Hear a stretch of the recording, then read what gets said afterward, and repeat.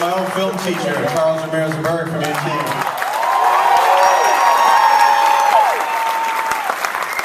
He's probably the first person to see a mariachi. I think I give you a tape. I think I was. If you haven't got a copy of the program, get a copy, because there's the basic story of El Mariachi and how he made it, and mariachi aesthetic. So grab a hold of that. There's also some words from Robert. I wanted to. Rock and roll is about to start. I wanted to thank Robert for giving AFS, Dawson Film Society, the opportunity to have this event and make it a fundraiser. As you heard before, Rebecca announced that we made a lot of money through the gracious volunteer of Robert. So we take the money, we give it back to Texas filmmakers, and we're looking for the next Robert and Roberta Rodriguez. Thank you all for coming and supporting Texas filmmakers. So, it's amazing that this movie is a complete accident. Like I said, nobody was ever supposed to see it. It was really a practice film.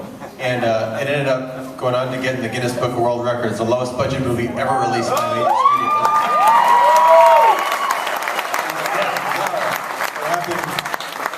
I made it for Spanish video, and then we couldn't sell it to Spanish video because we didn't have a soap star in it. We had someone that we were going to cast, but she fell out at the last second. So we went, they were going to pay us, I think, about $17,000, which was still some, but we thought we would make more. The idea was, I had heard this advice, that if you wanted to make a film, or if you wanted to write a script, I would say, write 3 scripts and throw them away. Because the 4th one will be the good one, the first 3 is just practice and they'll be garbage. And I thought, how can anybody get up every morning knowing they're writing something they're going to just throw away?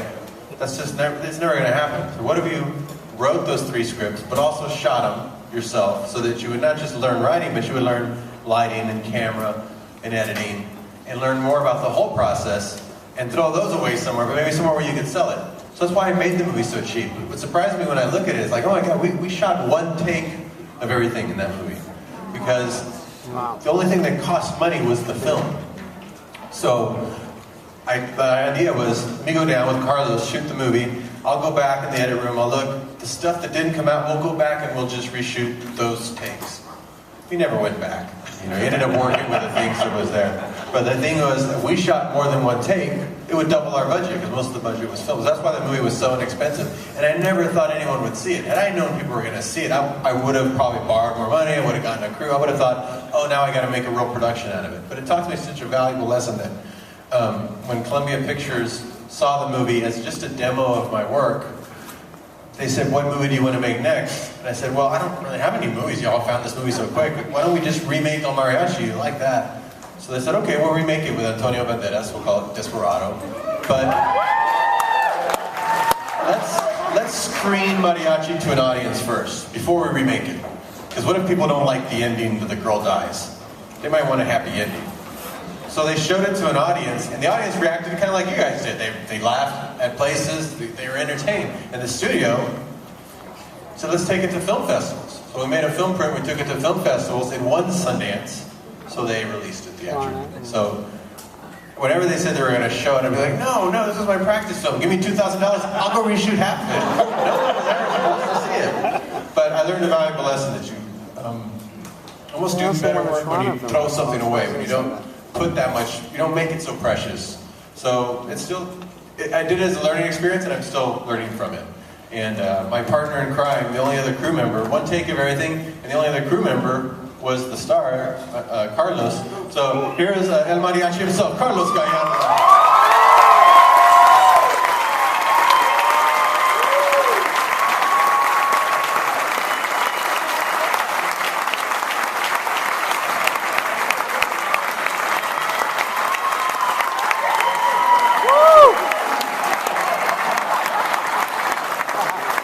What's great about the movie, everybody in the movie are not actors. Carlos was the only one who was even interested in acting. None of them had ever acted before. And I thought they did fantastic. Like the guy in black with the guitar case, he studied to be a doctor. He was not an actor.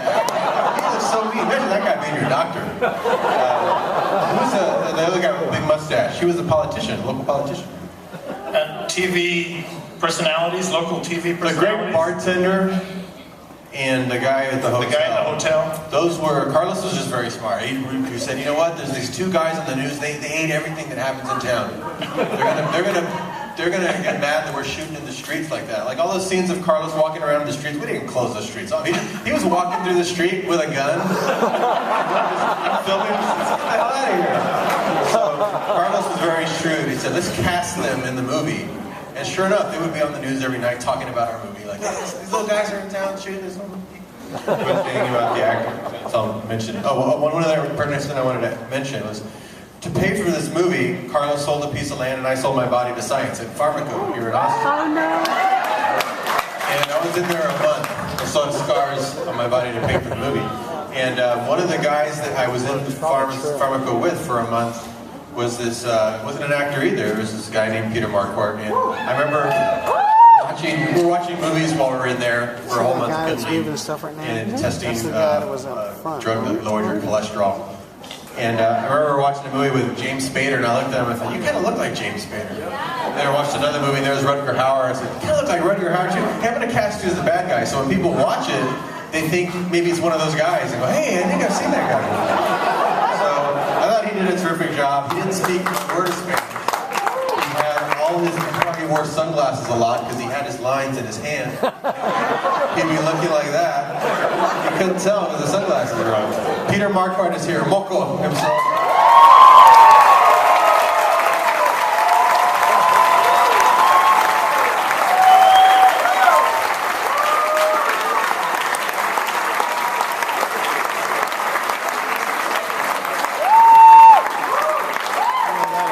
I think one of the reasons why the actors were so good is because they didn't feel like they were making a movie.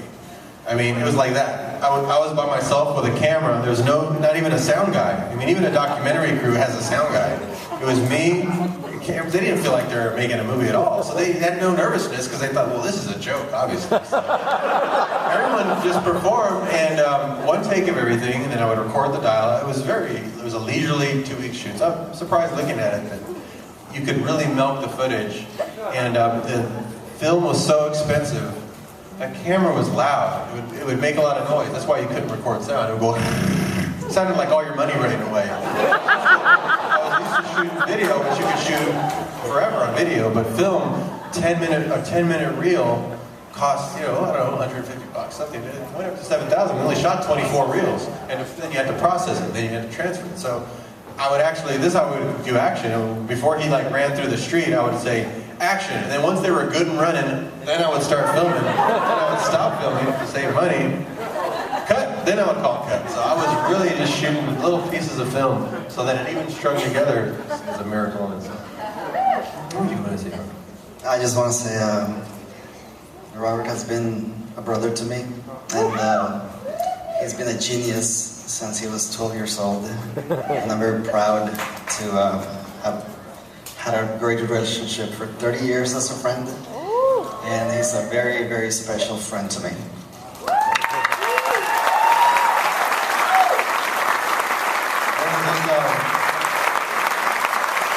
It was a great movie of the week, dramatic moment in the making of Mariachi, and Carlos was a part of it. He was the one who always believed in us, and he would say, when we went to sell the movie and we weren't going to sell it, we're going to get $17,000 for it, maybe. They were going to give us the Mexican video division that we took it to was maybe going to give us $10,000. I said, you know what? We thought we would make more than that. And even though it only cost $7,000, we'll make our money back. It cost me a lot of time. And I can't do it again. I know our plan was to make several, but we're not going to, if we don't sell this, we're not going to do another one. He said, so I'd say we're just going to quit. And yeah, we're going to quit because I can't do it again.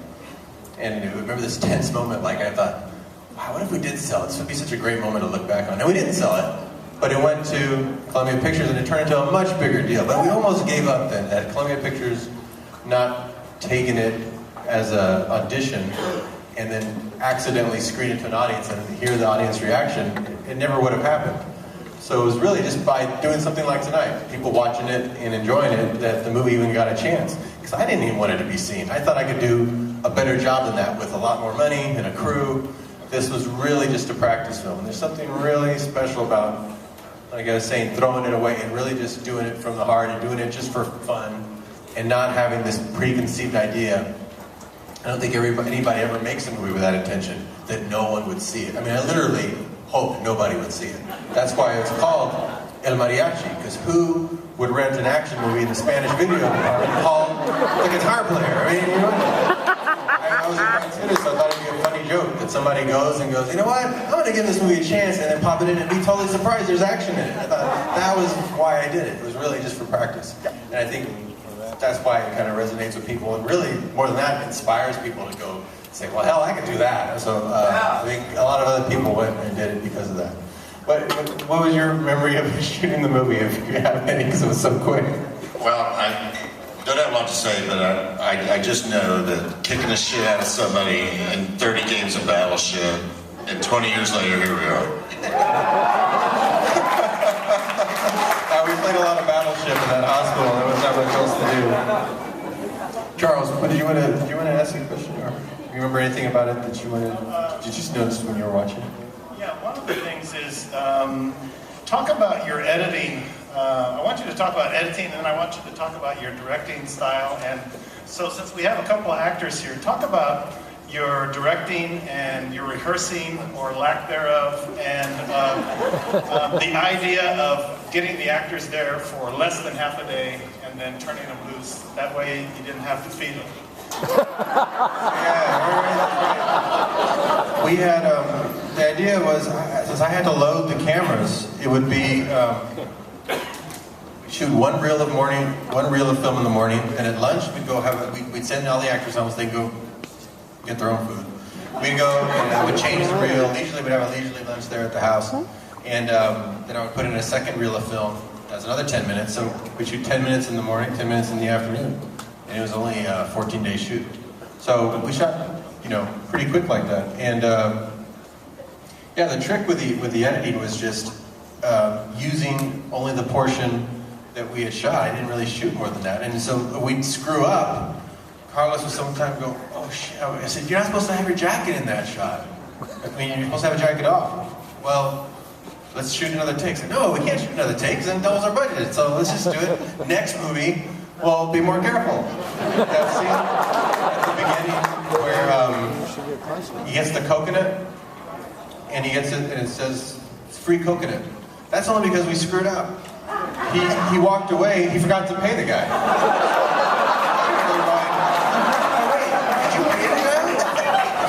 Take a coconut. Let's go back and shoot. No, we can't go shoot it again. That was our film. We don't have the money for that. Let's think next time. Don't screw up anymore. We have one shot at this. I don't have to drive back down. So then I was in the editing room going, okay, now what am I going to do? I'll just write that they give free coconuts. So forever, I'd be in Germany doing publicity for the movie, and the German guys, journalists are saying, I can't wait to go to that town to get free coconuts. I know free coconuts in that town, so that's a myth. But that's the kind of thing and it's always funny, it always gets a laugh, which is always interesting. So sometimes, and that was one of the biggest lessons I learned, it's why I still shoot so fast. So when the actors come down, even on Machete Kills, they get there, they shoot the whole movie in one day, that actor, and then they're gone. Charlie Sheen was there, he shot 4 scenes and he was gone. And it was like, when you're under pressure and you're in a rush, you end up just having to do it. And the accidents and the mistakes, that's the stuff for years people come back and say, my favorite part of the movie was the coconut. They're like, hey, that was an accident. So you set yourself up from then on to make the movie just nothing but a series of accidents. Because that's where the gold is, because that's not you. That's not you at all. It's right, it comes right through, and that's kind of what you want to set yourself up for. I mean, I learned that from that first film. So when I hear people saying, yeah, but I really want to take my time, and I'm just going to screw it up. You're going to screw it up, because then it's all you. And you don't want it to be you. You want it to be the absence of you. And you do that by having to go, just throw yourself out there. I think that's my buddy. That's my dog, Robert Rodriguez.